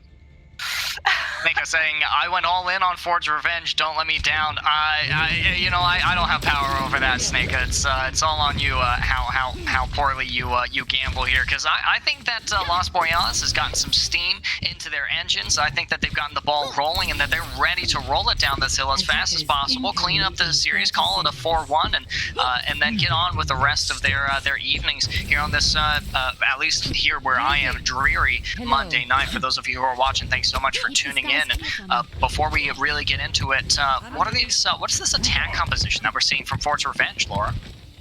We are seeing pretty much double bubble. We have flyers on both sides, but we do have a sim coming out on Ford. that's kind of interesting to me. Possibly to get the team teleported to the high ground, a speedy transition, to the top here, putting Sembros in a position to do some pot shots and see if there's an opportunity for some anti-nades. Monkey already engaging here into the objective, slowing his progress down, propping out the shield as well as the particle barrier from Foonfrag. It's going to dip back to the high ground a little over half HP, and now the rest of Lost Borealis is going to have to contend with Lanya and the Sky. Going down to catch him, which is really good. Monkey going in for the dive to make sure that there's no opportunity to revive from Toasty. Toasty goes down to the process as well, and that's Proximity and Hippie duking it out on the high ground. Sembros finding the final blow into Proximity, but look at how low Hippie went, getting topped off now by Sembros on the Ana is going to be really good going into this next engagement. Especially because of coming from an Ana, their ult charge is going to be very high at 83% towards Nano. Is really going to help them get out of this small choke area. It's hard for a lot of teams to get through this area. We already see Swag jumping on the high ground, getting anti, taken half down, but is able to escape. However, Lanya, Ford, and Toasty don't have the same thing. Swag following it up to the grave. Look at Kachin getting a triple kill there first, whips around and says, no, Ford, get out of my backline, go back to spawn, and then after that gets Toasty, and after, oh my goodness, the kill feed disappearing doesn't help me figure out what that third pick was, but Kachin just absolutely popping off there was exactly what Lost Borealis needs to make sure that they're conserving these ultimates coming into the next fight. Yeah, and Ketchin wrote, "Ya feel me?" right after getting that. We feel ya. We feel you right into spawn. Nano coming out on Monkey. He's going to go for the dive into the backline. Ooh, finds the jump pack kill onto Toasty. He's going to get anti, but is the damage going to be enough? Props the primal rage now that the cooldowns are out, and Sembros is going to get punished for that. Now it's Monkey and the two tanks dancing in the spawn doors of Forge Revenge here. Monkey's going to be kept up by the healing coming out from Kuro there on the high ground, just uncontested this whole time. Been scared to been Monkey right at the gate because they have an Ana who is capable of sleeping. That is a place that I don't necessarily want to show off, but somehow Monk was able to get away with it. We have the high noon coming out from Kachin. Ooh, the particle barrier coming out from Foonfrag and body blocking those sticky bombs from Lanya actually results in Lanya's elimination. We're going to see the Valkyrie coming out from Toasty as well. It's going to help to keep the team sustained, but I don't see a lot of damage amplification coming out from that Valkyrie, so not nearly enough value as far as I'm seeing. I think that we had, I thought that I saw a little bit of a bomb there, but instead it's going to be the Nano onto Swag is going to go onto the high ground, but already that Nano has dissipated, and Swag is left half HP on the high ground. Proximity finds the mirror matchup in Lanya with that Echo Beam, and we have the Pulse Bomb coming out from Ford onto Kuro. It results in that elimination. Now the sustain here will suffer for Lost Borealis, but it will equally suffer for loss for Forge Revenge as Toasty is picked out of the fight by Monkey. Monkey popping off on this Winston compared to the earlier games. This is a massive improvement that we're seeing here from our main tank player for Lost Borealis. Finds the melee finish onto Sembros, and that's going to be it for this team fight, but he's not done. He pops the Primal Rage and is looking for that additional pick. Helps Proximity get Swag and Lanya out of the fight, and is now just booping people back into spawn here for Forge Revenge. Yeah, for a half second, it did look very promising for Ford to push this cart further than the bridge. It just did not go in their favor there. We do have Primal up for Swag, but we have so much more still up. Grab coming out along with High Noon on Ketchin. Yeah, it's only going to catch Iffy. Oh, look at him taking a nap up there on the high ground. Look at Kachin finding Swag out of the fight with a High Noon. I love the way that Foonfrag just yeets these grabs into the distance and ends up getting value out of them. In the meantime, Monkey's gotten the nano boost and it's going to help to mitigate the damage coming onto him as he slept and sticky bombed. It's still going to be able to disengage, jump up to the high ground, and someone needs to touch the card. We've got Ford and Swag on it. Swag armed with the Primal Rage are coming into this fight. Kachin catches Ford out of the fight there, and now it's only the tanks remaining here to contest the objective. Nano boost onto Swag is going to help get them get more damage out. Oh no, it's going to go onto Lanya? No, Lanya's only used the duplicate. Goodness gracious. And the bomb comes out from him. He finds Kachin out of the fight. That's a lot of damage now out for Lost Borealis, which is really, really good. It means that Ford can freely connect to the objective and look for a opportunity for a pulse bomb here. Foonfrag is high energy though, and Proximity has used the duplicate as well to push people off the objective. Monkey goes down to the pulse bomb. The anti-nade onto Swag is going to result in the kill there. Proximity now out of duplicate form is going to be contesting the objective because the bubble is going to protect the force of Forge Revenge here as they continue to push the cart. Ooh, the beam from Proximity finding Lanya out of the fight, and I think that, it could go either way at this point. Forge Revenge is pushing the cart here, but we're going to have a reconnect from Ataji on the Brigida. Proximity, it's all squishy heroes fighting for this point here, and Hippie has been demeched, which means more squishy heroes here for Forge Revenge. Power drive from both sides, Swag on the ball, and as well as Foon frag on the Wrecking Ball. Proximity just taking maximum amount of damage. Catch and reconnects on Tracer, finds the mirror matchup and forward and takes Sembros out of the fight. Nano onto a Primal Raging Monkey is gonna get Swag out of the fight, and wow. Full hold on the first point, just like I called it. Yeah, that was in overtime for so long, it just instantly burned away the second that Hammond had died. Now that was an impressive hold by Las Borealis. It's going to be very difficult to hold them for Ford to hold Las Borealis for this long because the card does not have to go very far. They're going to have to hold very close. They may have to pull out that strategy where you hide in red for a little while. Yeah, it would definitely help to kind of prolong the amount of time, the time bank that you have to work with, especially defending, a mere 82 meters, which is really a short distance when you think about how quickly the cart can move and how quickly some of these team fights can wrap up. To do so, to make this full hold happen, we have Hibby on the Diva, Ford on the Ashe, which I think is a good a step in the right direction here. Ford is going to be able to contest Catchin on the hit scan roll. Lanya is going to be on Echo, which I'm a little curious about considering how Proximity just really dominated that duel there. There's no mercy here to damage boost on the side of Ford's Revenge, so I'm a little curious about Toasty on the Brig and Sembros on the Ana. Yeah, especially with an Ashe and an Echo, both of those targets so powerful when they have a pocket. Echo by herself without a pocket is still fine, but Ford being on an Ashe without a pocket is kind of suspicious.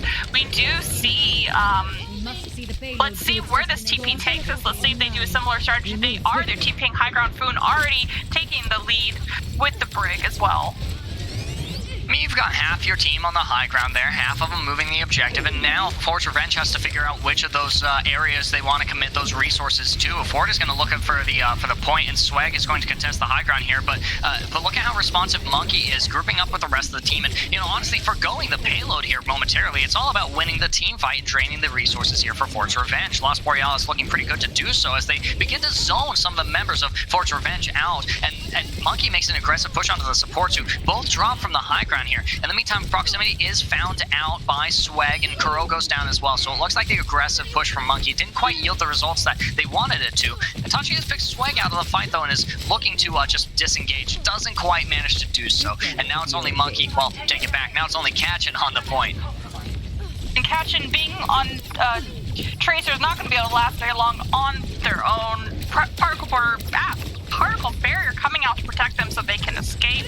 But that is a lot of resources to ensure your Tracer gets out. They are pathing top to be able to back up Proximity and Monkey's dive. Ooh, Proximity going down is not what you want to see. Light up the kill feed there early in this fight. That's a lot of damage out for Las Borealis, and it means that they're susceptible to the damage coming in behind them as we have an engagement from Swag and a nano boost committed onto the main tank here for Ford's Revenge. I think they actually got briefly slept there and then woken back up. And Monkey is controlling the high ground here for Las Borealis, and we haven't really suffered too much here. Only Proximity, who's now reconnected to the rest of the team, and now it's go time here as Monkey goes in. As the Primal Rage is going to proc it here in the closed space of this building. Kuro gets dived on by the fake Monkey, as we call the duplicate heroes. Looks like Itachi was just in time to keep Kuro sustained as the bomb comes out from Hippie, but isn't going to yield any eliminations. In the meantime, Monkey is popped off in the backlines here of Ford's Revenge, and with the nano boost on the Foon frag, it's all going. It's all W here for Las Borealis. Finds Lanya out of the fight, and now it's only the main tank and the off tank here remaining for Ford's Revenge as the card begins to progress past this last 15 meters. Toasty pops the rally to make sure that the team has a fighting chance here in the last 139 time bank here. Oh, look at the grab eaten by Hippie. Hippie is eating that ultimate is so important when Proximity pops the duplicate of their own as Bob comes out, and Anti-Nade is going to prevent healing done onto Bob, and the sleep is going to prevent the damage as well. Proximity is coming in clutch with the picks onto Ford. Monkey maybe committing a little too deep, getting picked out by Swag Lobster now, and the Wrecking Ball goes in for the pile drive. Gets Itachi, gets that rally armor out from Itachi, but doesn't really do much more than that. In the meantime, Hippie is caught out of the fight after getting demagged, and Catch finds Sembros, which means no sustain here for Swag Lobster, who goes down the process. Now it's only Lanya on the point as Tracer, but ends up getting caught out by Catchin, and I think that's it. I was seeing if that Brig was going to get the last touch at the last second, and nope, the win does go to Las Borealis. We kind of expected it because that was such a strong defense on Las Borealis' side that it really just wasn't going to be able to be pushed past that. Catchin getting play of the game. Oh, look at that. Oh, yeah. Beautiful flashbang finish right there. Double kill. Cat finds the critical hit elimination on Toasty, and then Swag was that last pick that I had seen them and just barely forgotten about in the kill feed there. Like I said, just a full hold first objective on Escort. Not a complicated endeavor, and Los Borealis proved that to me. And I'm so sorry, Snake, betting all your points there on Ford's Revenge to win that map. Those points are gonna go to me instead, betting my points on Los Borealis there. And now they put themselves in a really good position to clutch out this series. Yeah, and we are going back up to the top of our map list for this week. Now the choices are between Lijiang Tower and Nepal. I was trying to read the maps that had been picked prior, but our lovely producer fed those answers to me. Now, I would be more excited to see Nepal than Lijiang, just because the Saturday match we casted together had both of them, and Yeah. I just prefer Nepal over Lijiang. After we've established the series already, at least. I feel like Lijiang is a great opener, but I guess we have decided that Lijiang is a great finisher move, because that is where we are going next. Oh, you shouldn't have said anything, Laurel. I'm sure that we would have seen Nepal played here tonight. We will be going to Lijiang Tower, Ford's Revenge, once again at the advantage with the map pick here. And, no advantage here for Los Borealis not being able to pick a side here, since control point is it's even. Equal distance from each spawn to the objective. It's a lot more deathmatchy in style. And keep in mind, everyone who's watching, this is the map type that Los Borealis looked the absolute weakest on. It might have been a warm-up game. It might have been a fluke for Ford's Revenge to come out so decisively in our Ilios matchup. But keep an eye out once again for these engagements from Monkey and the sustain from Itachi and the damage from Catchin and proximity. Just because those are the things that really suffered on our earlier control point map. Meanwhile, Swag engaging really cleanly from Ford's Revenge. Sembros having all the space that they wanted to work with, and maybe we'll see Toasty back on that Mercy pick as well to continue damage boosting Lanya and Ford.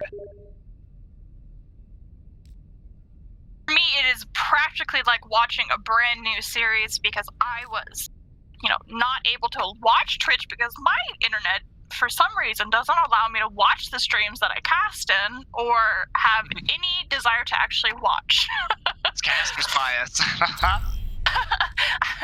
So I only get to watch the matches if I'm actively casting for them, and so we are going now into Lijiang. We had both teams ready.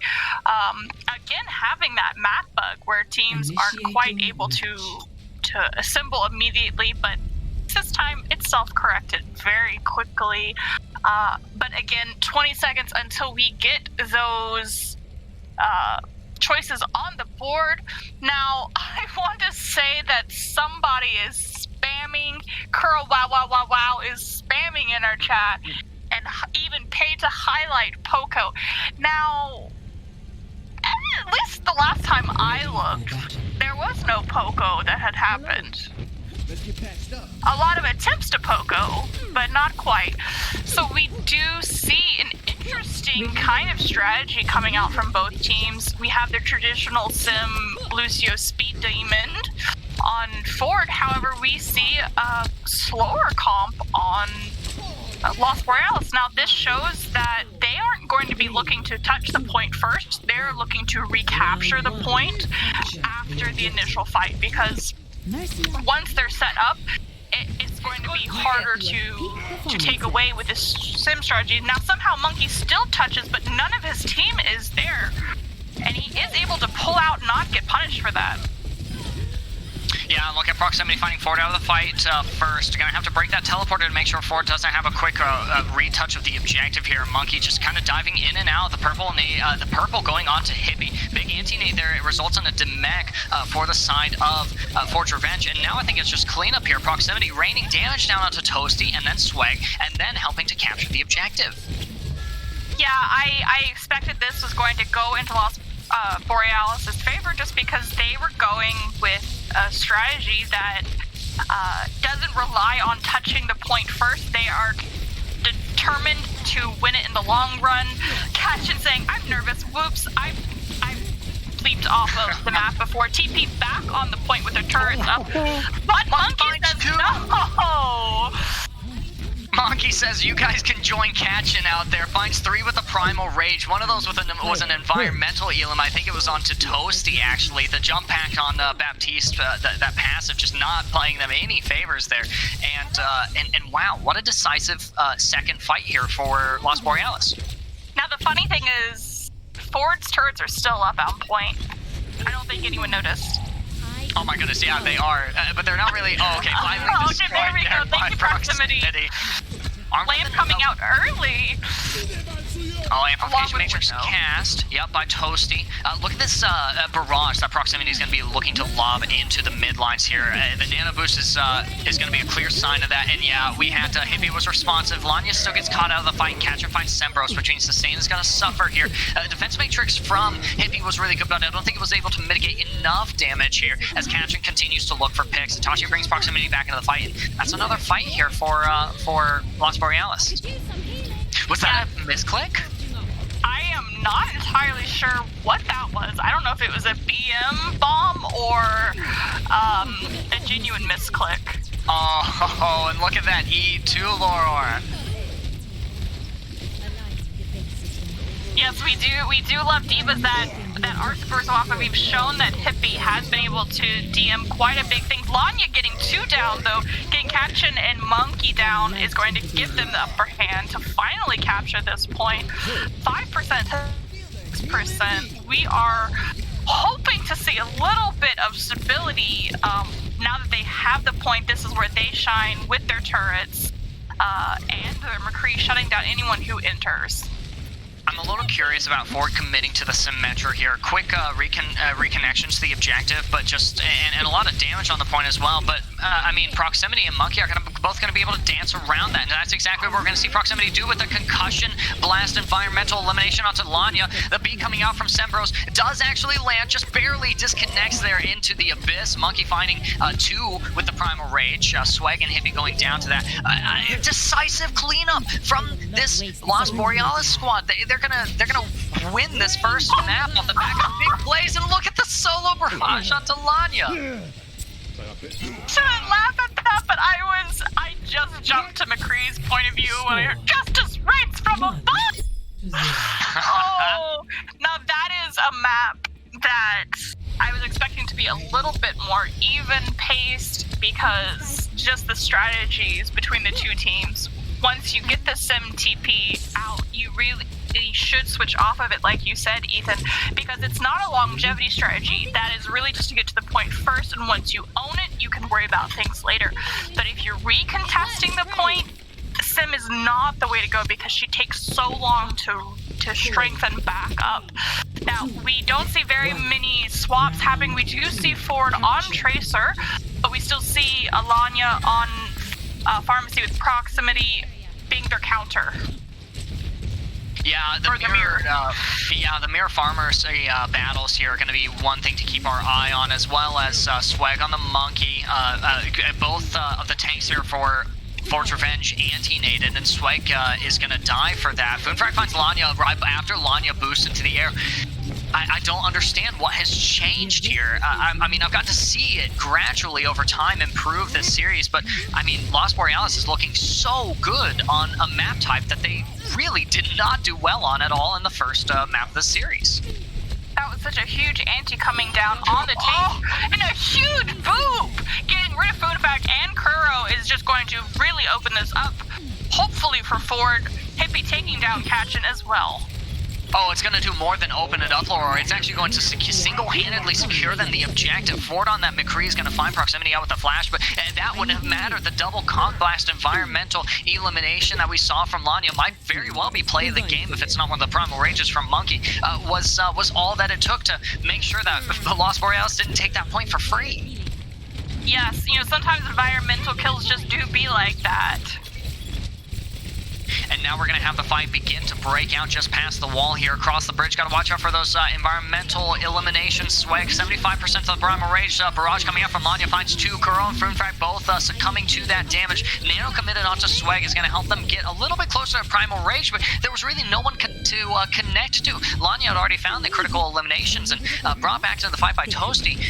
We're going to be looking good going into this next fight for Ford's Revenge. Now, clearly, open spaces work more for Ford's benefit. We can see this now between both of the maps. Seeing Lost Borealis kite towards white, which is Dive's kind of death box. They're waiting to engage until point, which was smart, which is intelligent. Ford almost down, though, along with Swag, where we see Primal coming out. Yeah, from both teams, actually, but Monkey's going to be the one who gets an environmental elimination off of it, finds Ford out of the fight. Proximity, in the meantime, has found Sembros, and Barrage from Proximity is going to find Lanya is gone, and Toasty's been tethered onto by the Tesla cannon from Monkey is going to go down. Hippie as well. Demax is susceptible to those damage, and now the point will flip finally for Lost Borealis. We are 76% to 4% for Lost Borealis now, and so Ford was able to hold it for a long time.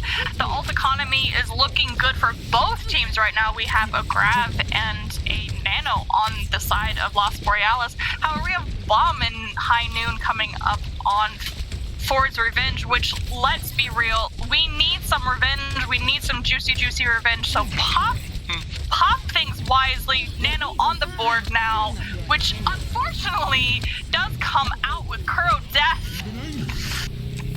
Yeah, Kuro going down and almost yielding the objective to Ford's Revenge. Lanya will find picks onto both of the tanks, which means there's no sustain, no point presence here on the objective. The post buff does come out from Kachin, as well as the Valkyrie from Itachi. They're looking to fight for this. Kachin ending up in the blast radius of the bomb there, but have they swung it? Did Lost Borealis hold that? I think they did. It looks like Monkey ran away at the last moment because I think he knew that the rest of Lost Borealis was just around the corner due to the timing of everything. And this was smart because now Monkey won't be, Swag will not be staggered. Yeah. It's confusing when there's more than one monkey being named Monkey. Yeah, a little bit. Well, now the team fight is breaking out of the objective again. It's going to start with Toasty popping the Valkyrie here, and they have to capture the objective. Toasty goes down to Proximity. Proximity launches the barrage and finds one of the supports. A critical elimination here for Ford's Revenge. The Graviton Surge doesn't really get much value from Food Frag, but Proximity has already made things work off the back of Itachi's damage boost. Itachi does bring Kuro back into the fight, and even going down in the process, it still means that there's sustain here for the Lost Borealis squad. We have Kachin fighting to stay on the objective, procs the recall, and has the pulse bomb, launches it, doesn't find anything with it, but does get Hippie out with a melee finish. Ford finds Proximity out with a high noon, but this is last team fight territory. Ford's Revenge has to make something happen here, and it started with that pick on the Proximity, but Monkey with the Primal Rage is going to do so much damage here onto Ford, who they connected onto. Kachin in the meantime has found the Pharmacy out of the combo, and now I think that this is it. Ford's Revenge is on the ropes here. They're trying to stay on this objective, and seeing Sembros on the Lucio is going to step in the right direction, as well as the sustain that we're going to get from Swag Lobster and Hippie on the Ball and the Diva, but it might not be enough. Itachi finds Sembros out. That's the stall, and that's it. Victory. Slow claps in the chats, or boos if you were actually cheering for Ford, of course. Monkeys, this must be his environmental boops during the first gardens or night market. Juicy. Awesome. Bye, Lanya. Ooh, Lanya was so low for that. Tried to contest Monkey. A 10 Primal Rage goes out of 31 eliminations, over 848. That's really impressive to me. That is extremely impressive. I do have to agree. Now, I do want to also commend the hype men in the chats. We have Hammond, keyboard slaps, just giving a play-by-play all of their own. Now, maybe we can bring Wild back in to talk about player of the game for MSP and most valuable player, because he saw... Yo, what's up, y'all?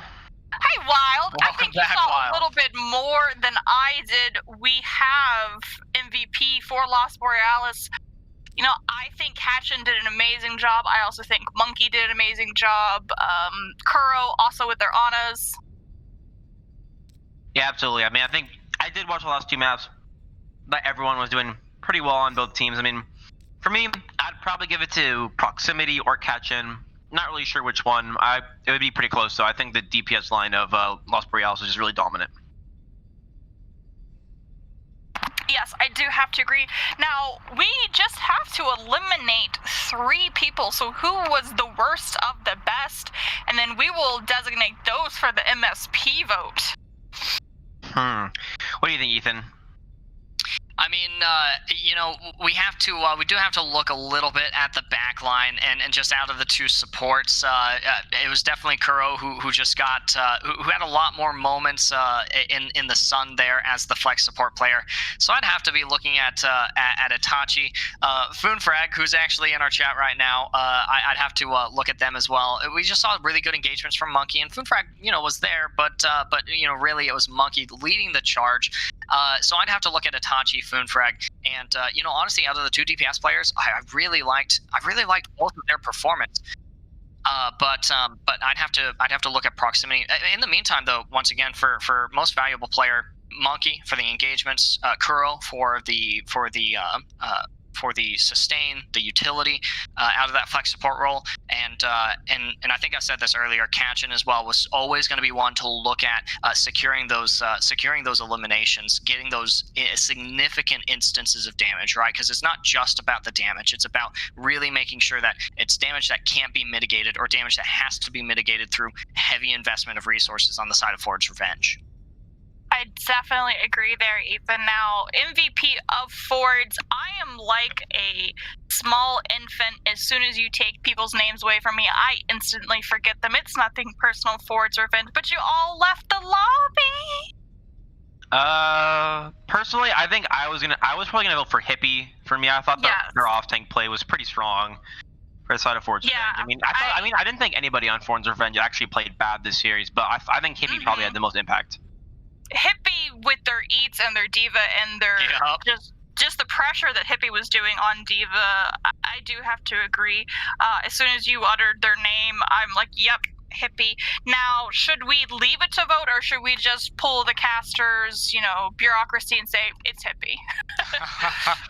I think we let the chat decide here. Hippie performed really well. We saw big standout moments from Sembros and Toasty, but I really liked watching Sembros on the flex. Being a flex support myself, I'm going to be biased anyways towards our flex support players for both these teams. So, Hippie, Sembros, all popped off, and we saw some really great signs of life as well from Ford's Revenge. Was doing really good on our first map, and unfortunately, was struggling a little bit in some of those other duels, and so to that extent, I look at Lanya as well. But I really liked watching Sembros and Ford in particular play, as well as Hippie, of course. Yeah, I feel that is a good analysis. Definitely Hippie, Proximity, or not Proximity. Just I tell you, I'm like an infant. It was Hippie, Ford, and who was the third one? Sembros. Yes. Yeah. I agree with those 3 for MVP of Ford's Revenge. And Lanya also, once again, had some really good moments as well. Yes. Now, yeah, I should just leave it up to chat. Sorry, go ahead, Laurel. No, you are fine. I was just going to announce we did have the results already for MVP for Lost Borealis, so I will go grab them while you guys talk about the official MSP lineup again for Lost Borealis. I mean, the worst of the best, as Laura put it.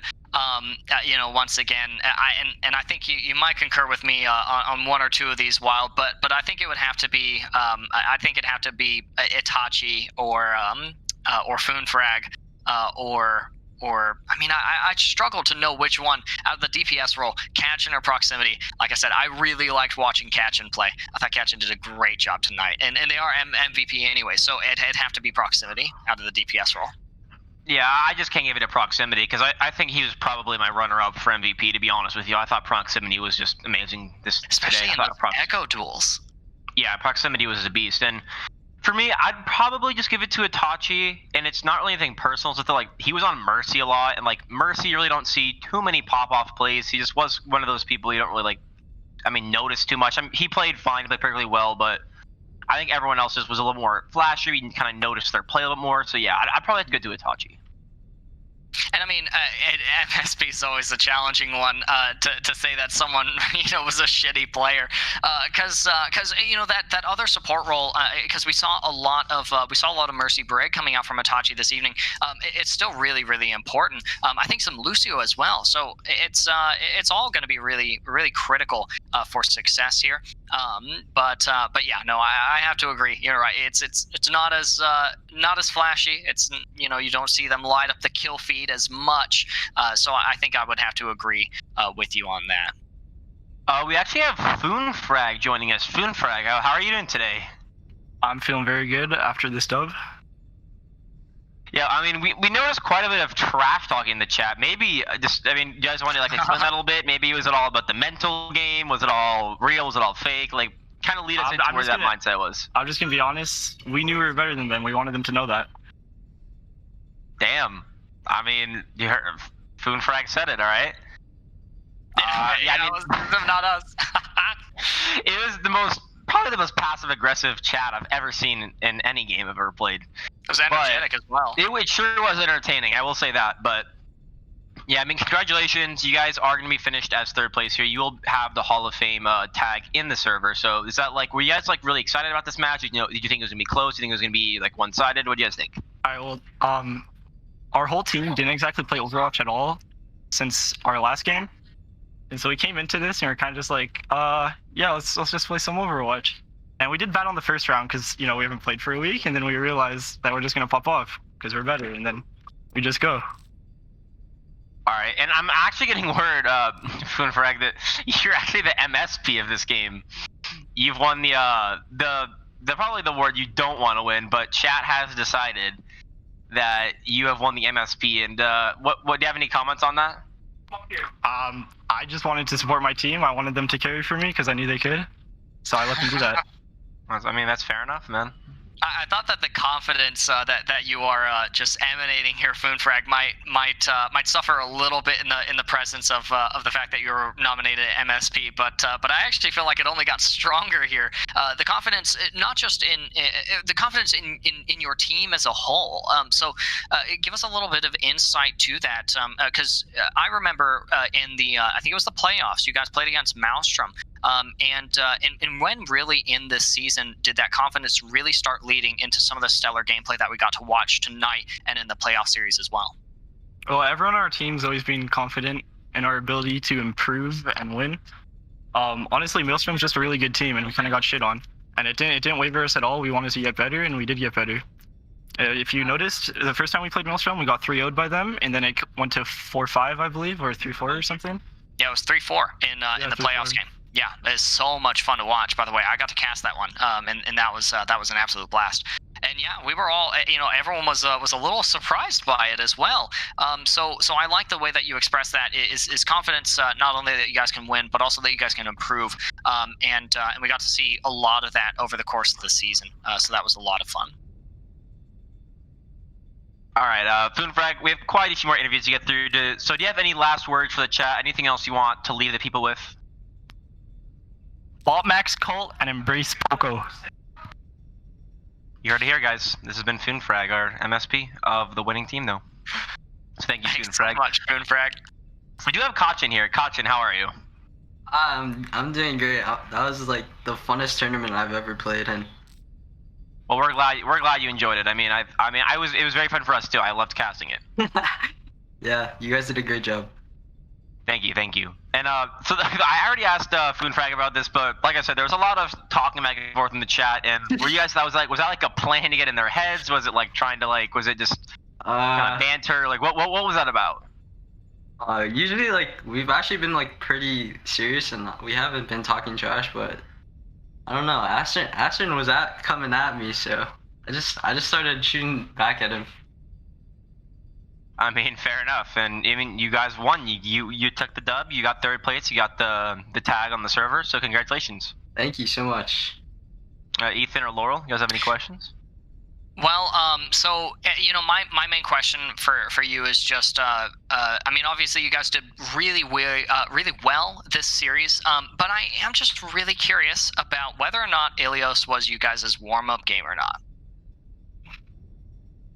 Yeah, it definitely was. Okay. Yeah, we definitely had a tough start. We were Yeah. all over the place.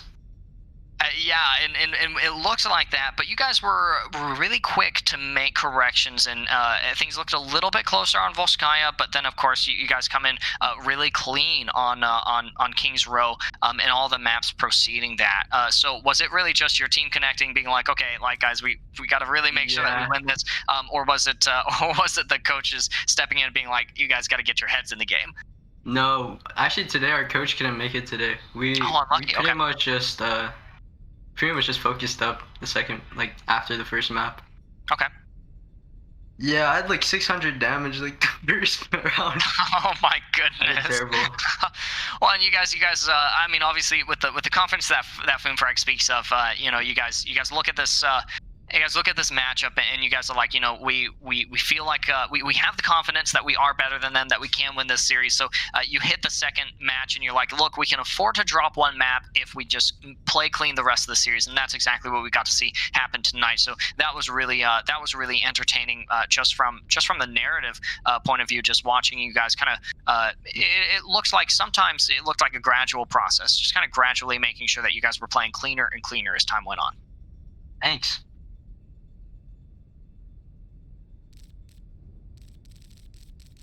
Now, we do always love to ask this, but especially this is match of this season. Do you think you'll be joining us for our GOAT season? I don't know. Our main tanks are like a hard monkey player. Mm-hmm. A monkey one trick almost. Gotcha. I mean, We'll have to talk about that one. I mean, you can play GOATs with a monkey. It just maybe not successful. Yeah. Now, hopefully we will see you guys back here for Season 4 at least, if not for GOATs. But it's been a really wonderful pleasure to watch you guys play and climb all the way to first top MVP. Best of the best. Thank you. Thanks for having us. Of course. Yeah, really well played tonight. Thanks so much for stopping in, and like Laurel said, we hope to see you guys play again relatively soon. In the meantime, I think that we had our MVP voted on for Forge Revenge. Is that right? And they do wish to opt out of their interview. We don't ever force our interviewees to come on, and so we let them know that they were voted MVP. All of the love and wish goes to them, and we also extend a welcome back. Please come join our GOATS tournament during our off season. If not, Season 4 will have a slot open for all of the Hall of Famers from this season. So, we love our teams that play with us, and we always welcome them back. Yeah, I'm particularly excited for the GOAT season to see what kinds of things we see from that. So hopefully some of these teams that we've gotten to see really pop off in Season 3 of Prospect eSports Showdown. Hopefully we get to see some really big things in the context of the GOAT's composition. I guess the GOAT's variants as well here over the course of the summer. But yeah, no, I've got high hopes for all of these teams going into Prospect eSports Showdown Season 4. For sure. Now, Wild, would you like to take us out for our last match of Season 3 Prospect eSports Showdown? I would love to. Thank you, Laurel. That's it for the stream, guys. It's been me, Wild. Ethan's here. Laurel's here. It was an absolutely fantastic tournament. Thank you guys so much for all the support and just watching and helping out, and for all the donations and subs. Again, the Ghost tournament's coming up in the summer, so please come back for that. I think most of us, I mean, Excuse me, sorry. A lot of us will be coming back for that, and as well for season 4. So thank you. It's been great, guys. So this has been wild. Thanks so much, guys. Have a great evening.